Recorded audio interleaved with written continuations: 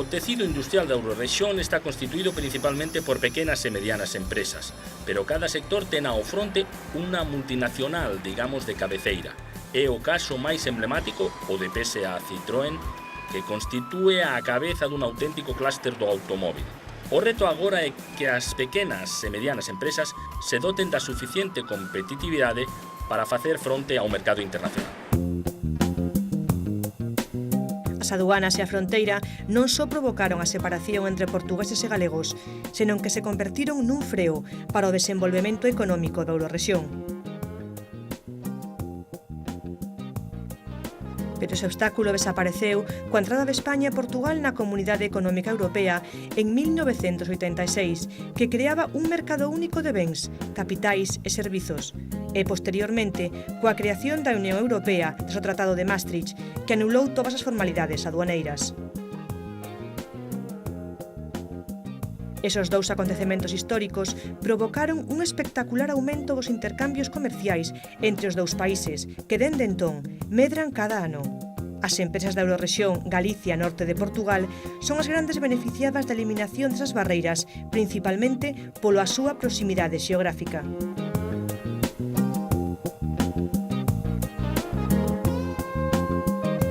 A estrutura económica da Eurorrexión revela un peso relativamente elevado das actividades agropecuarias e un significativo compoñente industrial.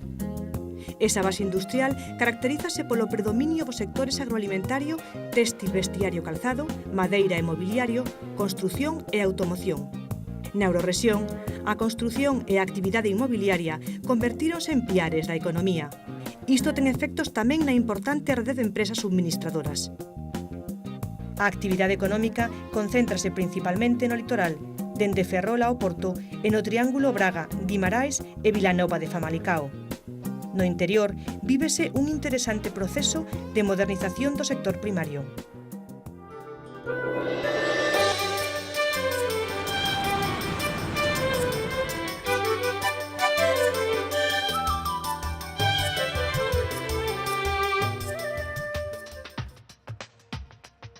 A desaparición das fronteiras é, sen dúbida, unha das fortalezas que ten a economía da Eurorrexión, pero existen outras, como, por exemplo, a existencia de institucións de ensino e investigación recoñecidas e con forte capacidade de I+D.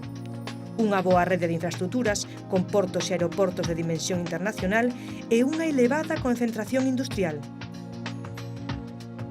Fronte a esas fortalezas, que son as máis destacadas, percíbense tamén as debilidades que presenta a zona en materia económica, como a falta dun tecido sólido empresarial importante, despoboamento e envellecemento das áreas rurais do interior, escasa mobilidade laboral transfronteiriza, elevada taxa de desemprego, sobre todo en xente nova cualificada, e perda de capacidade de atracción de capital estranxeiro. Ante este panorama, xorden serias ameazas económicas. Por unha beira, vese como algo preocupante o dominio das actividades con produtos de baixo valor engadido, sobre todo relacionadas co téxtil, vestiario e calzado. A nossa indústria é uma indústria muito orientada ainda para a produção de base tradicional. Portanto, o textil, a metalomecânica, o mobiliário, que são atividades que muito facilmente se deslocalizam. E, de facto, especialmente o setor do vestuário e do têxtil foi muito castigado com a deslocalização. Existe o temor de que esa deslocalización provoque que os empresarios locais busquen man de obra barata e, por tanto, invistan en fábricas en terceiros países en vez de apostar polo propio territorio. A Eurorrexión conta con empresas grandes. Son multinacionais de distintos sectores que destacan pola súa innovación e o seu potencial para atopar oportunidades no mercado internacional. Pero o desafío que ten a economía da rexión é o de construir un tecido empresarial forte, formado polo resto de empresas, que son, na súa gran maioría, pequenas e medianas. A zona norte de Portugal e a Galiza têm situações muito similares que deveriam ser encaradas em conjunto, porque tem um tecido industrial com alguma fragilidade que necessita urgentemente de uma forte renovação. Mas, simultaneamente, também são zonas, quer a zona de norte de Portugal, quer a zona galega, que têm competências adquiridas desde há dezenas de anos, que poderão ser aproveitadas para dar este salto tecnológico dentro dos mesmos setores, dar este salto tecnológico e, obviamente, procurar criar núcleos e polos de desenvolvimento em setores menos tradicionais.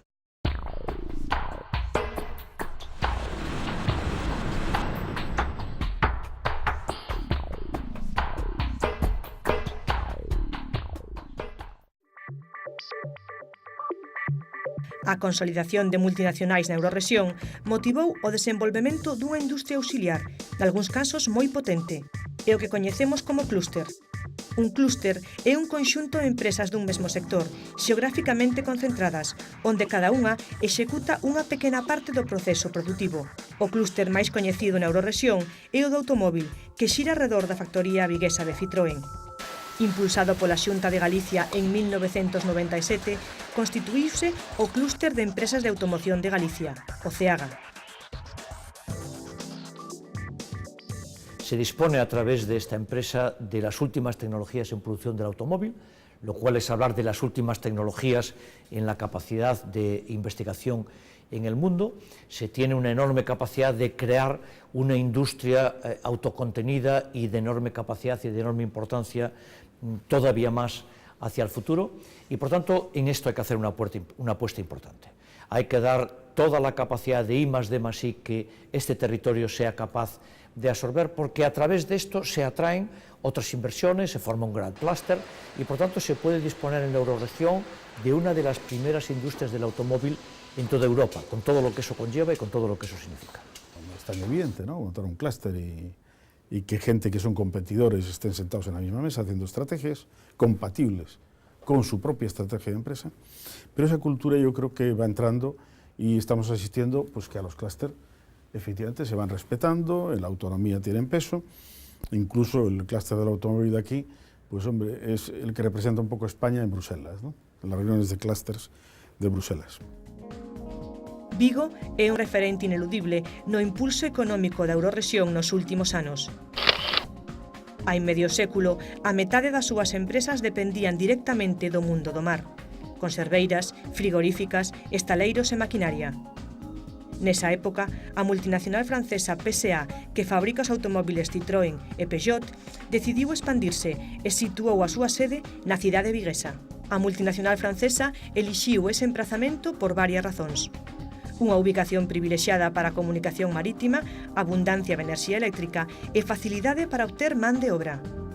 Esta factoría converteuse na actualidade na máis produtiva do grupo PSA Citroën en todo o mundo e a cidade no epicentro do desenvolvemento da industria automobilística da Eurorrexión. Pero non é o único exemplo.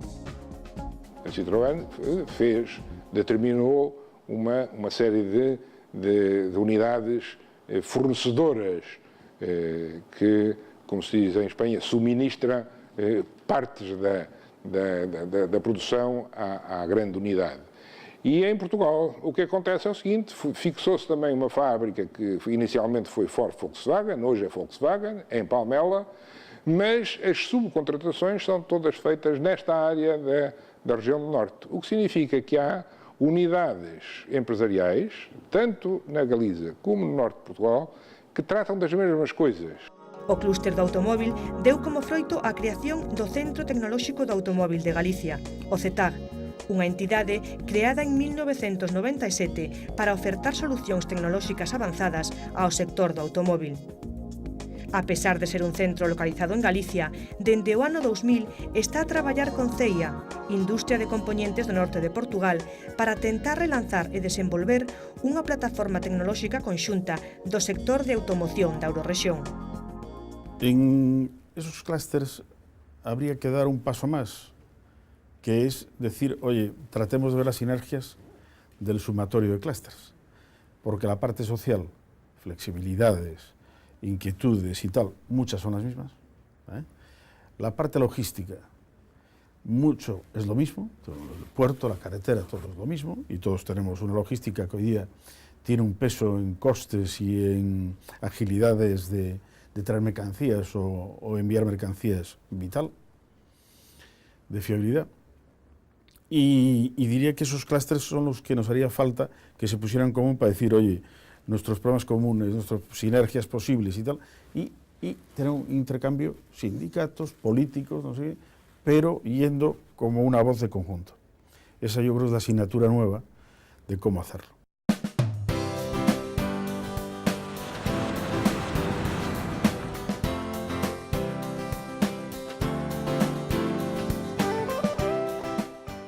Antigamente o viño de Porto era consumido pola aristocracia, particularmente pola inglesa.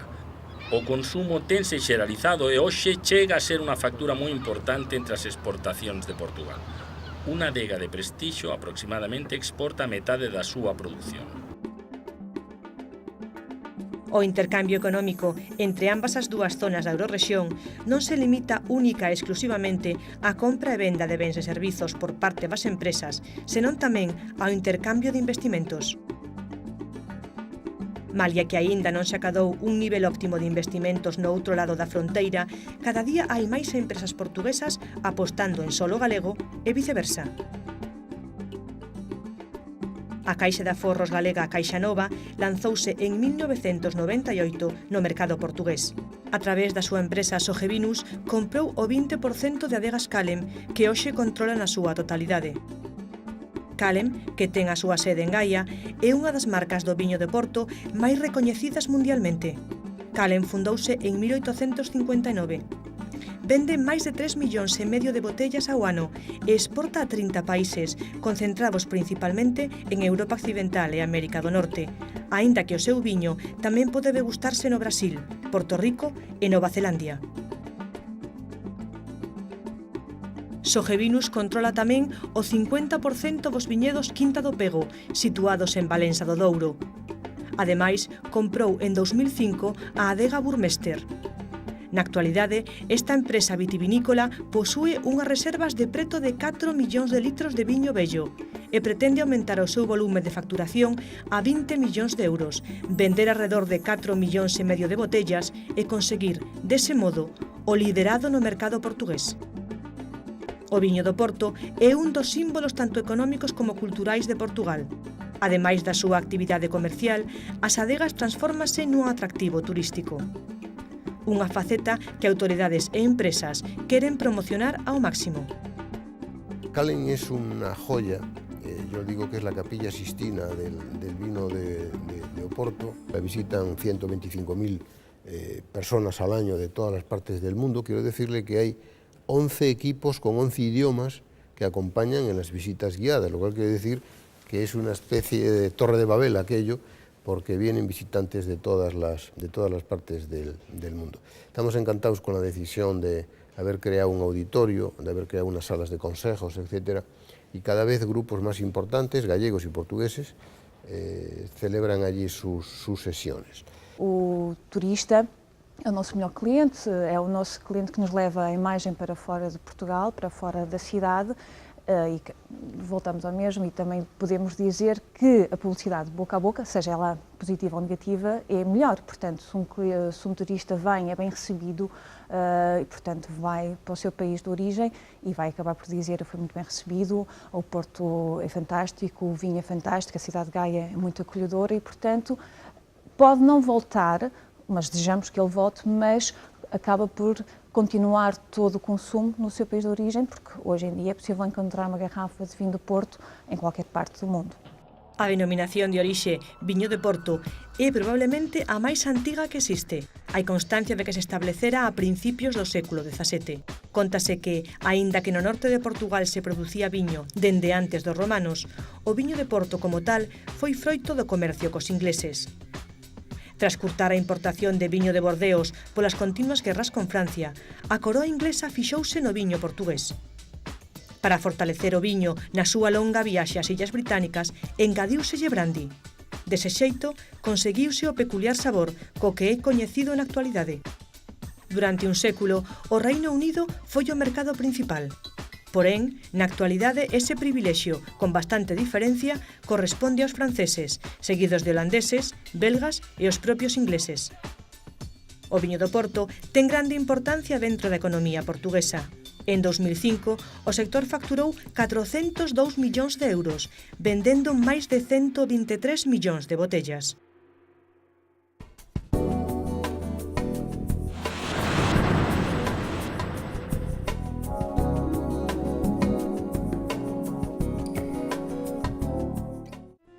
En Galicia, dependendo da zona de produción, existen 5 denominacións de orixe, que son Ribeiro, de novo en alza, Monterrei, Valdeorras, Rías Baixas e Ribeira Sacra.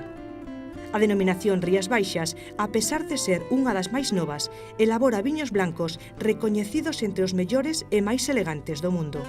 Ao sur de Pontevedra, no Val do Rosal e bañada polas augas do río Miño, atópase Terras Gauda, unha das adegas galegas que está a comercializar con éxito os seus produtos no mercado exterior. O ano pasado, esta adega facturou case 7 millóns de euros. O viño albariño distínguese polo seu intenso aroma a froita, a súa cor dourada e o seu sabor suave cunha gran variedade de matices. Para lograr a calidade que acadou nos últimos anos, Terras Gauda seguiu diferentes liñas de investigación co fin de mellorar a produción dos seus viños. Terras Gauda fixo dende o comezo da Dirección de Orixen, unha selección das diferentes cepas de albariño das diferentes zoas de Rías Baixas. Esas cepas están plantadas no viñedo de Terras Gauda, cepas de albariño todas irmáns, pero coas suficientes particularidades e distincións para que podan considerarse, digamos que elementos distintos de albariño. No último tramo do río Miño conviven o viño albariño e o viño verde portugués, que a pesar de compartiren unha mesma zona e unha mesma climatoloxía, percorreron camiños diferentes.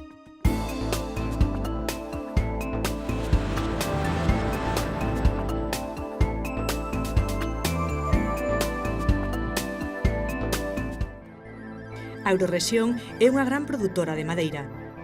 Por iso se atopan nesta zona a meirande parte das fábricas de aglomerados que subministran a industria do moble, que nos últimos anos conseguiu facerse un sitio no mercado internacional. Hai máis dun século, en Pasos de Ferreira, distrito de Porto, creouse unha industria que fabricaba mesas de madeira para todos os colexios de Portugal. Esa fábrica foi o xerme do que hoxe se coñece como a capital do moble. Paços de Ferreira é conhecido pela capital do móvel exatamente porque o setor tem uma predominância muito grande nas indústrias da região. Em Paços de Ferreira e no nosso concelho vizinho são produzidos quase 80% do mobiliário que é produzido em Portugal. Durante anos, os habitantes da zona aprenderon a arte da ebanistería. Este coñecemento, xunto coa capacidade emprendedora, motivou a creación de numerosas empresas. Na actualidade, case toda a poboación da zona vive da industria do moble. É un dos poucos sectores da economía portuguesa cunha balanza comercial positiva. Exporta 700 millóns de euros e importa 200. Os nossos mercados mais importantes neste momento são, sem dúvida nenhuma, os PALOPs, que são os países de expressão portuguesa, nos nossos vizinhos, portanto, Espanha, França, que sempre foi o nosso mercado tradicional, e neste momento também há uma tentativa de aproximação à Rússia.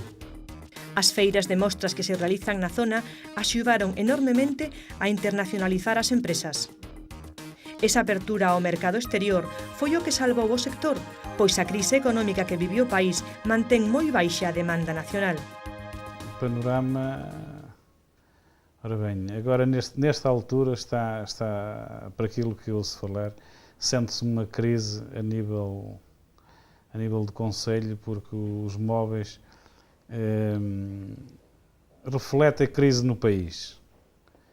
Entretanto, no nosso caso, nós sentimos essa crise, mas como estamos voltados para a exportação, 80% do que fazemos é para a exportação, não estamos a sentir praticamente nada.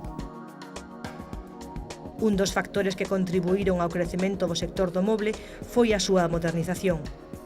Esta baséase principalmente na aposta pola innovación, deseños moi atractivos e o uso de distintos tipos de materiais como o aglomerado. Galicia é un dos mercados máis importantes para o sector do moble portugués. Ademais da relación comercial, os empresarios de Pasos de Ferreira queren establecer liñas de cooperación cos seus colegas galegos e aprender das iniciativas que se desenvolveron na rexión veciña neste sector, como a creación do Clúster da Madeira de Galicia e do Centro de Innovación e Servizos Tecnolóxicos da Madeira.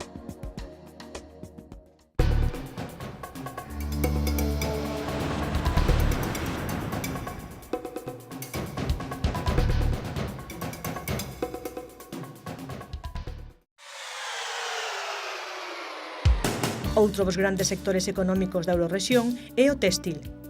Tanto no norte de Portugal como en Galicia, esta industria, co grupo Inditex á cabeza, ten unha relevancia en todo o territorio non só económica, senón tamén social.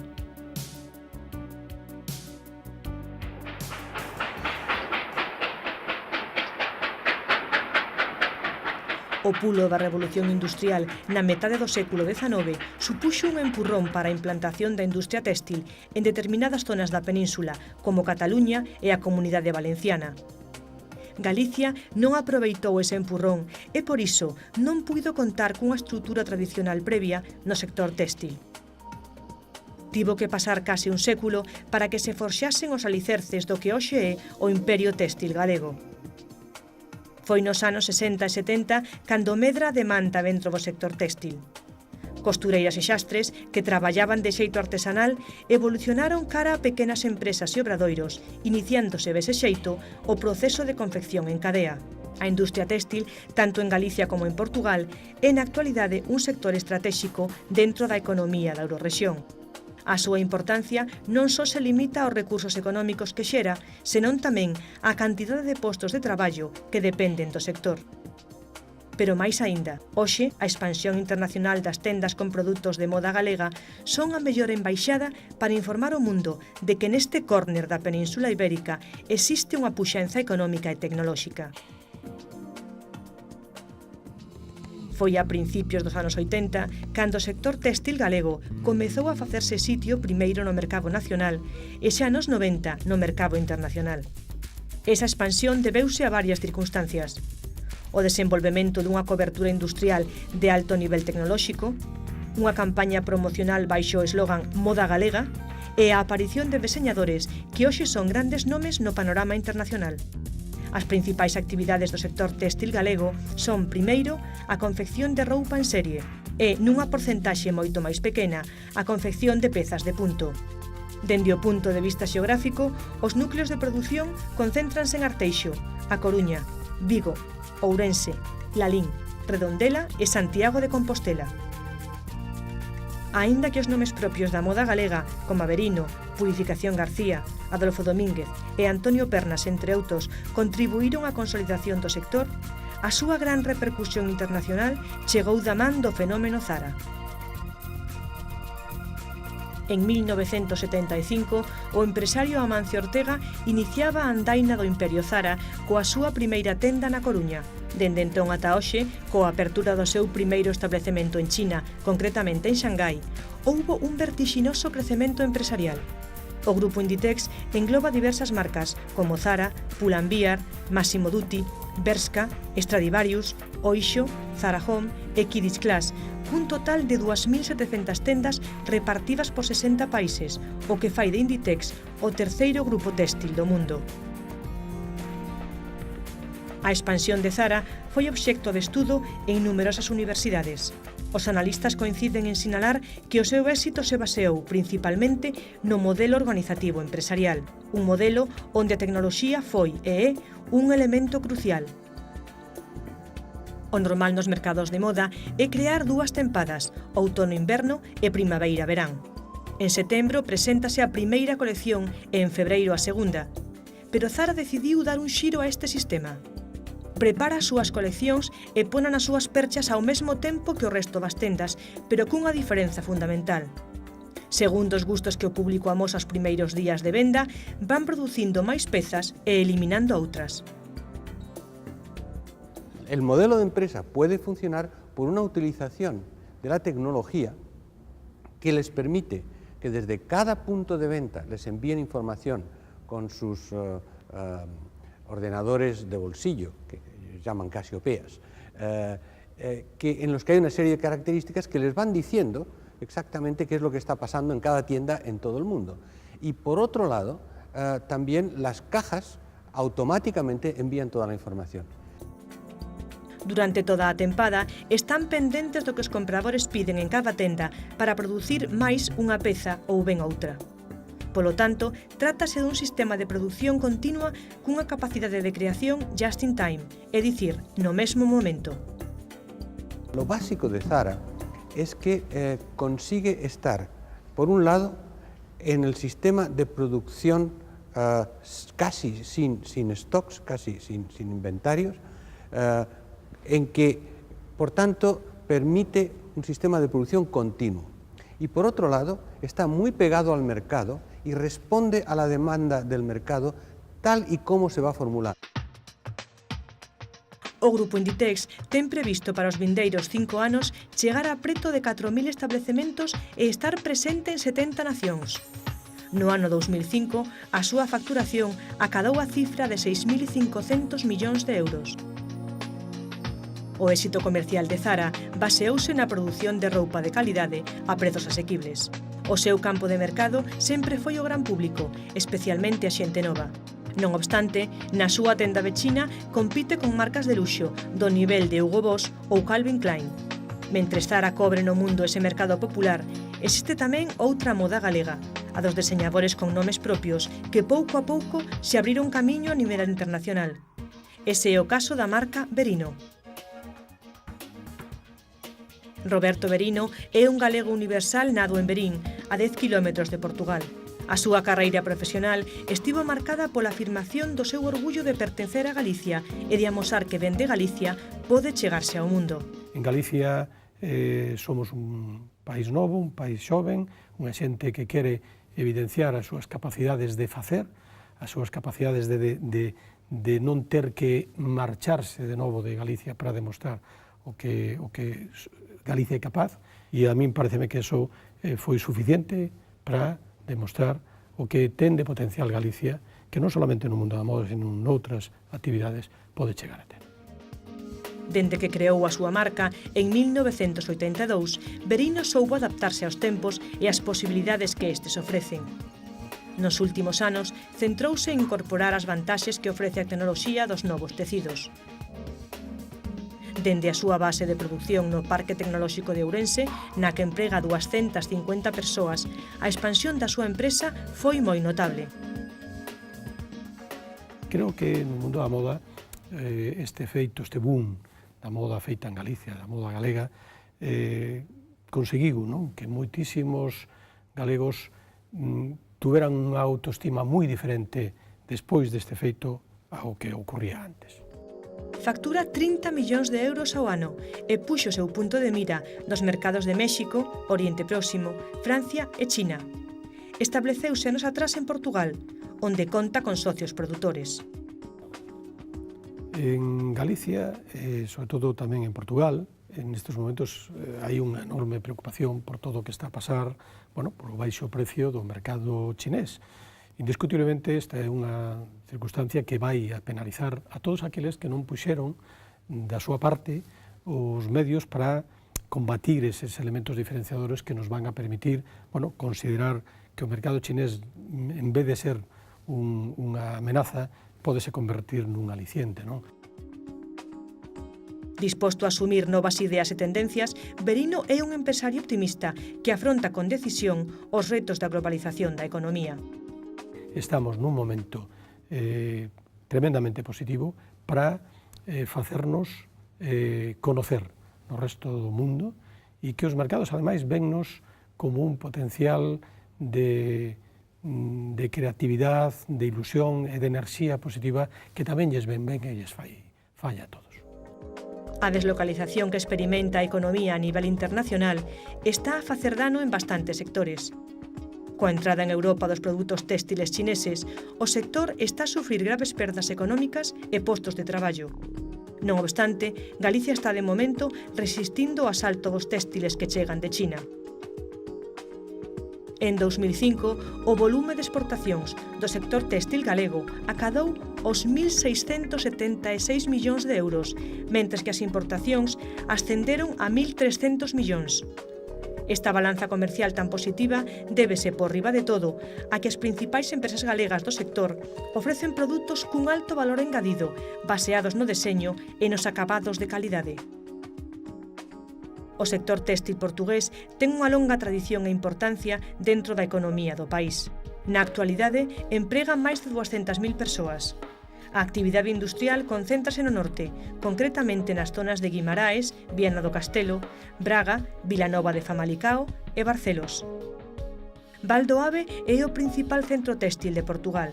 Aquí atópase a empresa Ímpetus. As súas modernas instalacións son xa un primeiro sinal de como é esta compañía por dentro. Fundouse en 1973 con 6 traballadores. Na actualidade, conta cun millar. Grazas ao seu nivel tecnolóxico, a súa capacidade organizativa e logística e o coñecemento que supoñen máis de 30 anos de experiencia, Ímpetus conseguiu situarse na vanguarda do sector téxtil europeo.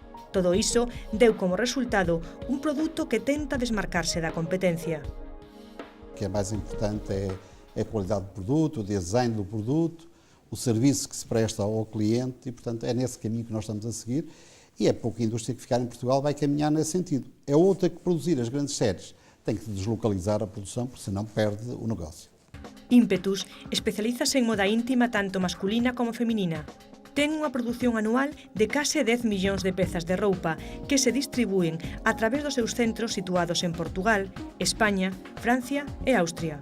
Nas súas instalacións de Val do Ave atópase un almacén intelixente completamente automatizado, con capacidade para a almacenaxe de máis de 5 millóns de pezas. Trátase dunha plataforma de stock continuo, única no sector téxtil portugués, que garante a máxima eficacia e rapidez no apoio logístico dado aos clientes. Nas súas 3 décadas de historia, Ímpetus viu como o sector téxtil portugués reduciu o seu tamaño como consecuencia da competencia dos produtos asiáticos. A empresa non é allea á crise que actualmente vive a industria, pero coida que o téxtil portugués e, en xeral, o téxtil europeo aínda poden xogar as súas bazas. Muitas coisas que são impossíveis fazer na Ásia, pelo prazo curto.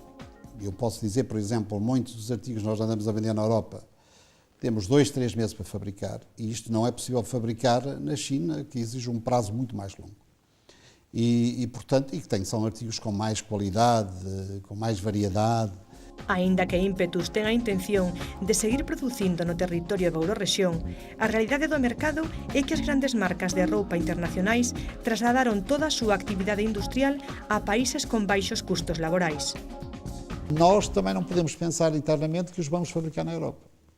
Eu acredito que ainda vamos fabricar durante alguns anos em Portugal, mas temos que começar a pensar gradualmente que vamos ter que deslocalizar, ou também o mundo se vai inverter.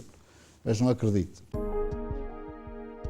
Este moderno edificio é o CITEBE, o Centro Tecnolóxico das Industrias Téxtiles e do Vestiario de Portugal. Ten a súa sede en Vilanova de Famalicao, aínda que conta tamén cunha oficina en Covilla. O CITEB é uma entidade privada sem fins lucrativos, que foi criada no final da década de 80 e a sua principal missão é prestar apoio técnico e tecnológico às empresas do setor têxtil e vestuário de Portugal. Numa primeira fase, a nossa grande preocupação na fase de instalação do centro foi o controle de qualidade. Ademais do control de calidade, o CITEB ten outros obxectivos, como a asistencia técnica e a consultoría, a investigación e o desenvolvemento, a formación dos traballadores e a cooperación da administración pública e, por último, a consultoría internacional. Na actualidade, o CITEB conta con 600 asociados entre empresas privadas e institucións e ten unha carteira de 1.500 clientes. Este centro é un magnífico observatorio para analizar como se atopa o sector na actualidade. O setor têxtil e vestuário português, hoje em dia, está muito bem equipado tecnologicamente. Tem tecnologia de transformação acima daquilo que é a média europeia, eu poderia dizer mesmo. A questão está muito mais a nível do intangível. É ter capacidade de fazer criação e desenvolvimento do produto, é ter capacidade de diferenciar o produto mediante a introdução de pequenas funcionalidades, se quiser, ou é apostar claramente na imagem moda e na imagem fashion do produto. Qual nós hoje nos nossos produtos tradicionais temos uma dificuldade terrível em lançá-los no mercado, porque daquilo que nós fazemos faz muita gente e a preços muito mais competitivos. Porquê? Porque nós não tivemos a capacidade nos nossos produtos de introduzir mais investigação. Investigação incremental, não tem que ser uma grande revolução em matéria de produto, não. Pequenos add-ons no produto que permitam diferenciá-lo e continuar a vendê-lo no mercado a um preço distinto, com mais valor acrescentado, etc. Para este centro tecnolóxico, achegar ese valor engadido á roupa é a clave para competir cos baixos custos laborais que ofrecen os produtos que chegan de China. Por ese motivo, non vai ser bastante contar con empresas de transformación. Se me perguntar se todas as empresas que hoje estão a atuar no mercado vão subsistir, não acredito. Penso que o setor tem tendência a emagrecer e é natural que emagreça, porque há um conjunto de pequenas e médias empresas, as mais pequenas, que de facto tudo o que fizeram na sua vida foi vender minutos, transformar E para essas que ainda não fizeram uma aposta e que estão a começar agora, eventualmente, a ponderar essa evolução, vejo dias muito complicados. O problema é que a empresa que sai do mercado, geralmente é uma empresa que tem 100, 200 trabalhadores. A empresa que entra é uma empresa que começa com 5, 10 trabalhadores. Portanto, este processo, esta capacidade de absorção deste novo emprego qualificado é um processo que vai demorar. O saldo líquido nesta altura é francamente desfavorável, mas é inevitável. A parte do asesoramento, o CITEBE pon a disposición dos seus clientes un centro de recursos do coñecemento. Unha ferramenta moi interesante que consta dun fondo documental cunha biblioteca online con máis de 16.000 títulos, un sistema de vixilancia tecnolóxica e innovación e unha plataforma de e-learning, é dicir, formación para os profesionais do sector a través de Internet. Mentras o sector téxtil en toda Europa estáse resentindo pola competencia dos produtos asiáticos, no caso das empresas da Eurorrexión estánse salvando a base de ofrecer máis valor engadido aos seus produtos. Algo así comeza a suceder tamén no sector naval e no conserveiro.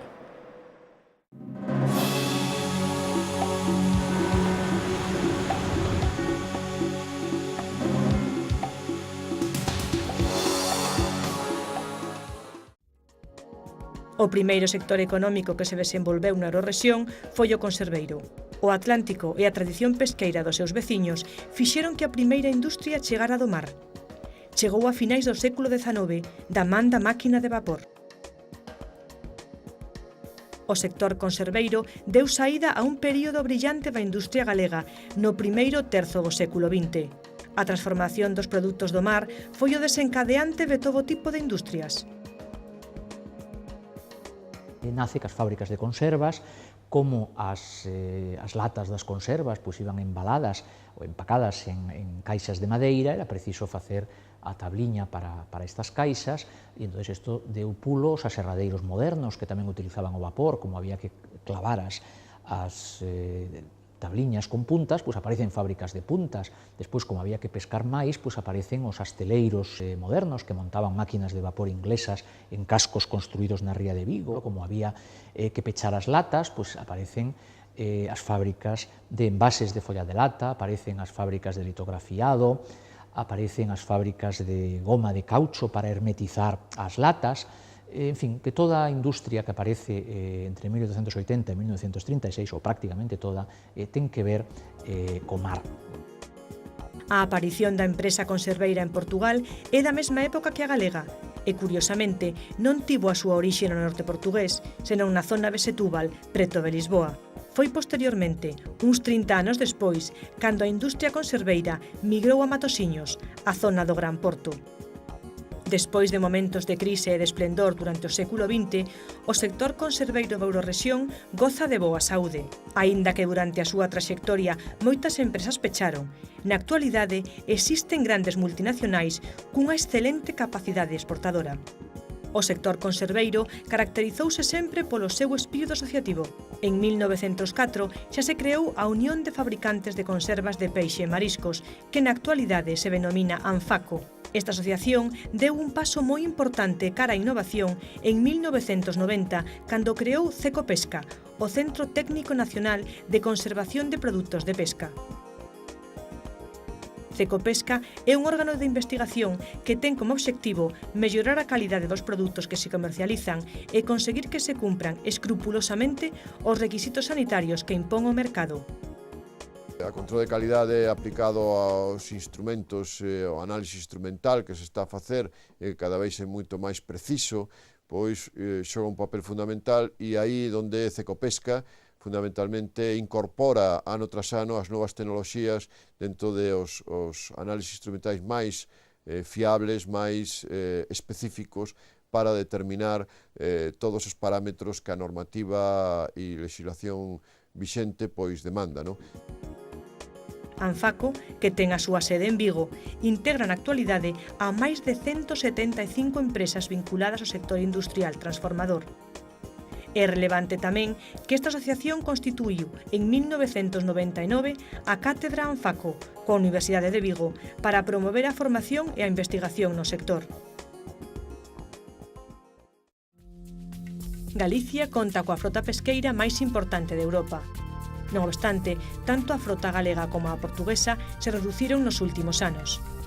Hai varias razóns para explicalo. A disminución dos recursos mariños, a entrada de novas frotas en pesquerías tradicionais e a finalización do acordo de pesca entre a Unión Europea e Marrocos. Aínda que ese acordo se renovou en 2005 por un período de 4 anos e entrou en vigor no verán de 2006, o sector pesqueiro da Eurorrexión viviu unha transformación dramática. O descenso da actividade pesqueira compensouse cun forte desenvolvemento do sector da transformación e a comercialización. Así, a industria conserveira, que se atopaba nunha difícil situación a mediados dos anos 90, conseguiu reorganizarse e apostar polo mercado internacional. As empresas de derivados da pesca na Eurorrexión conseguiron desenvolver unha tecnoloxía que non só utilizan os armadores da zona, senón tamén outras compañías estranxeiras. A mellor proba do desenvolvemento desa industria transformadora é a asistencia de grandes multinacionais cunha forte capacidade exportadora. Pescanova, especializada en peixe e marisco conxelado, ou Calvo como empresa conserveira, son algúns dos nomes propios do sector. O novo acordo pesqueiro con Marrocos permitirá a 119 barcos comunitarios, principalmente da frota artesanal española e portuguesa, faenar nos caladoiros marroquís.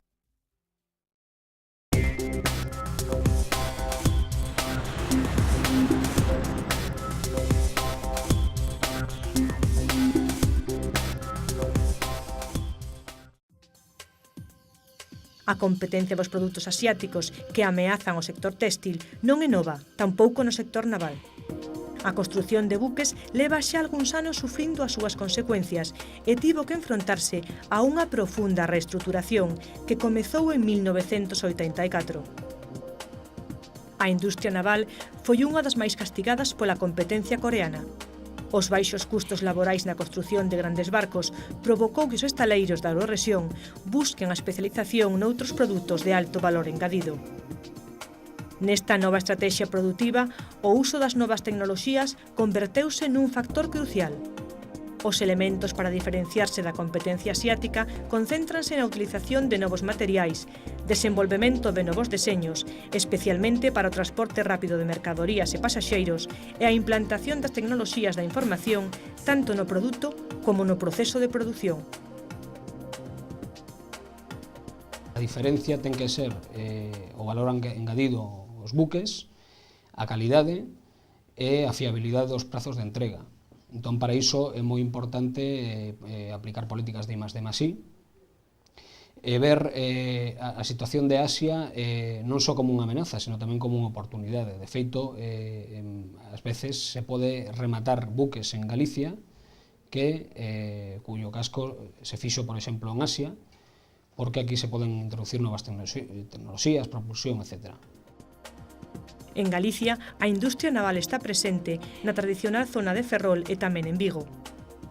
En Ferrol continúa a iniciativa pública cos estaleiros do antigo Grupo Izar, que sobreviven a pesar dos numerosos axustes de persoal que sufriron para adaptarse á demanda. E en Vigo consolidouse a iniciativa privada. Un exemplo de empresa moderna na actual situación do sector naval é Rothman. Esta compañía, que aínda que ten a súa sede en Vigo, conta con centros en Moaña, Valença do Miño e Vilarreal de Santo Antonio, especializouse en embarcacións de pesca paseo e de cruceiros. Penso que temos unha moi boa rede de distribución de a náutica de recreo Rothman en medio mundo e penso que temos moi boa acollida tamén no mercado internacional para a náutica profesional que nos chamamos embarcacións de protección de recursos, de salvamento, lanchas de vigilancia, etc. Estamos exportando a Medio Oriente, a África, a Filipinas, a Latinoamérica, a moitos sitios.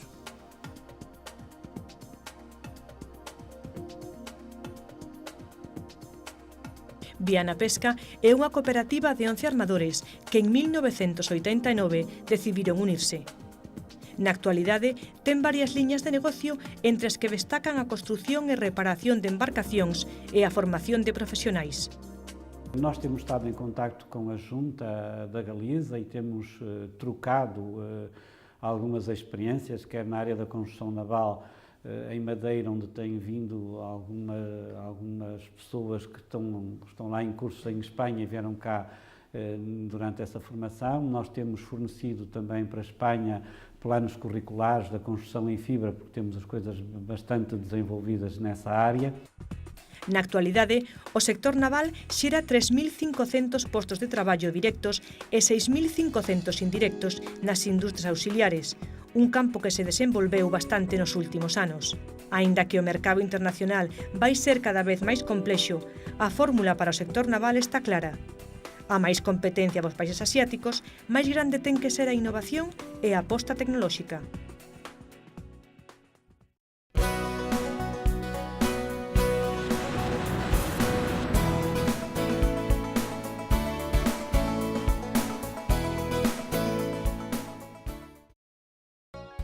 A apertura das fronteiras beneficiou o intercambio comercial e financeiro entre as empresas portuguesas e galegas. Pero esa apertura, que nun primeiro momento foi a nivel europeo e que na actualidade é a nivel mundial grazas á globalización, tamén supón a entrada no mercado de numerosos produtos de empresas estranxeiras. Yo creo que eso ayuda también bastante en la visión de saber, bueno, que tenemos una competencia que está por todo el mundo, ¿no? Y que tenemos que defendernos y que el enemigo, pues ayer era Japón, en el caso nuestro, con sus fábricas que desembarcaba con un dominio del proceso y tal. Después era ahora el este, y China, y pasado mañana será no sé quién, será Rusia, y Turquía, y no sé qué. Mas o problema do têxtil em Portugal é o problema do têxtil na Europa, não é?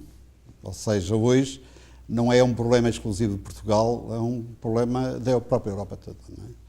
Em que hoje estamos a ter concorrentes, em que não discutimos ter a mão de obra mais barata, mas a terem preços que são incompreensíveis e que vão quase, muitas das vezes, ficam mais baratos que o custo da matéria-prima. Este aumento da competencia está a obrigar as compañías locais a ser máis eficientes e, por riba de todo, a buscar mercados no exterior. Para iso, hai que apostar por sacar partido ao feito de estarmos na periferia e converter este concepto, que ata hai moi pouco se percibía como algo negativo, en positivo. Estamos no córner de Europa, e nese córner de Europa nos temos que ter canles para unirnos coa Unión Europea, para unirnos sobre todo co sistema mollar da Unión Europea. Bueno, en definitiva, o que é necesario pois, é establecer ese tipo de políticas, sabendo, insisto, que a xeografía nos situou no córner de Europa e tamén hai que aproveitala. A nosa fachada do mar, a nosa fachada atlántica está insuficientemente aproveitada e o noso sistema portuario está deficitariamente utilizado. Una parte importante de Europa en el futuro se va a diseñar con el ámbito iberoamericano y norteamericano, y esta eurorregión constituye una plataforma logística de distribución a Europa perfecta e incomparablemente mejor dotada que cualquier otro territorio europeo. Por tanto, a internacionalización é o gran desafío ao que se enfrontan na actualidade as empresas da eurorrexión, principalmente as pequenas e as medianas. De non afrontar con éxito este reto, as PEMES non medrarán. Dun tempo esta parte, o que observamos os que analizamos a economía galega e a economía do norte de Portugal é que o dinamismo empresarial empeza a remitir, a ralentizarse. É dicir, que a taxa de variación ou de crecemento das empresas que se ubican en Galicia e norte de Portugal é un poquinho máis pequena que a taxa de crecemento das empresas españolas. Ao mesmo tempo que miramos nas estadísticas é que as empresas están máis vencelladas aos recursos naturales e, por lo tanto, dependen do que son os recursos específicos do territorio no que se asentan. Por lo tanto, nós temos que mirar unha parte de como concentrar esas empresas nos territorios, pero ao mesmo tempo ter unha capacidade de que os produtos que elaboremos señan exportables. É dicir, que as economías basadas no territorio son básicas, pero ao mesmo tempo tamén son imprescindibles as economías que son exportadoras. Nós temos um tecido muito de pequenas e médias empresas, de PIMs, não é? É necessário, digamos, criar escala. Temos de ter empresas mais robustas, que estejam no mercado, que vão à bolsa, e isso é muito difícil se não fizermos alguma consolidação empresarial. Mas, de facto, o segredo são as redes, não tenho dúvida. A competencia de produtos e servizos do exterior non é o único risco ao que se expón a economía da eurorrexión coa globalización. A famosa e temida deslocalización é outro problema ao que se enfrontan as economías occidentais.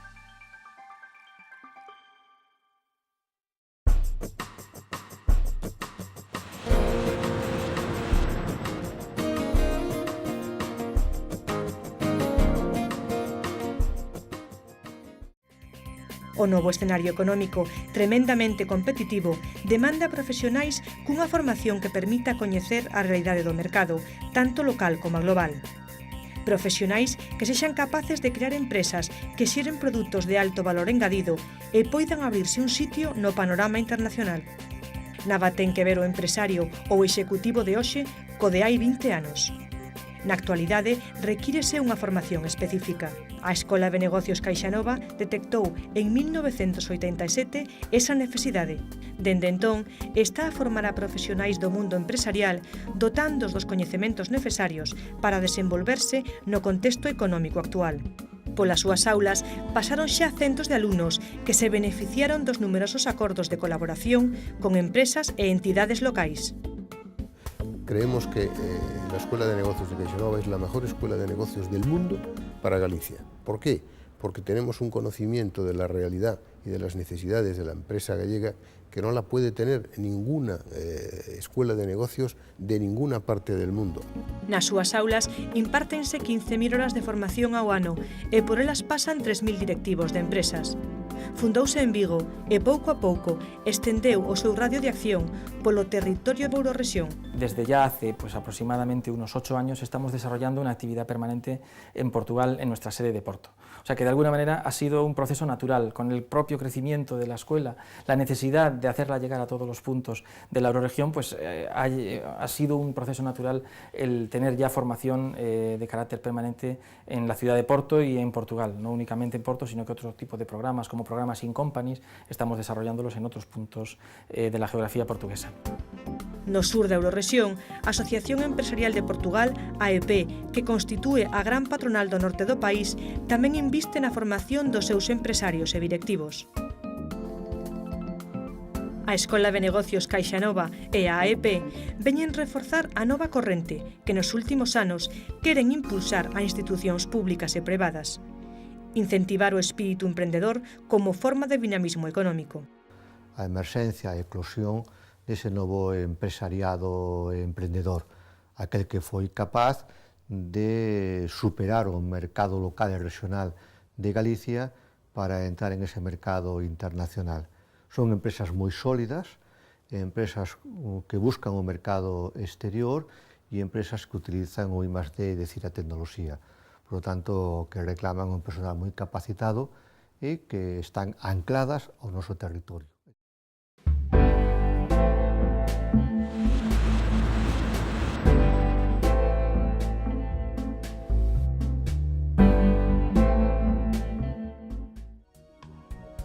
Hoxe non se pode analizar a economía dun país ou dunha rexión de forma illada, sen situala no contexto da economía globalizada. É imposible facer un repaso aos principais sectores económicos da Eurorrexión sen mencionar o papel de China como elemento ameazante para empresas e, por tanto, para os seus traballadores. Pero o mesmo que pode verse a botella medio baleira, pode verse tamén medio chea. E do mesmo xeito que China se ve como unha ameaza, tamén hai quen ve neste mercado de 1.300 millóns de persoas unha enorme oportunidade. É importante que Portugal também tenha condições de acesso favoráveis ao mercado chinês. Até é preciso também ver a China como uma oportunidade. Eu acredito que a Ásia será para nós uma oportunidade brilhante de negócios se nós utilizarmos aquilo que temos. E hoje o que temos é uma plataforma, é um ponto de partida, que é utilizar Macau com todo o conhecimento que os macaenses têm sobre a China. A China e, obviamente, todos os países asiáticos. Particularmente aquela zona ali, a zona do sul, que é a zona de Zhuangzhou e a zona do Rio Delta.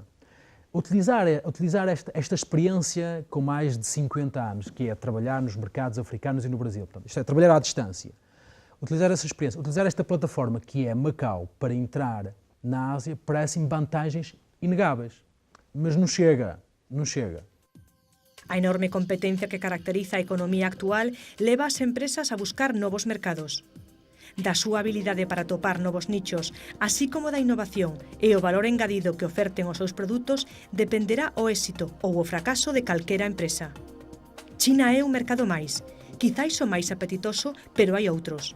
Europa do Leste, a India e, por riba de todo, Latinoamérica.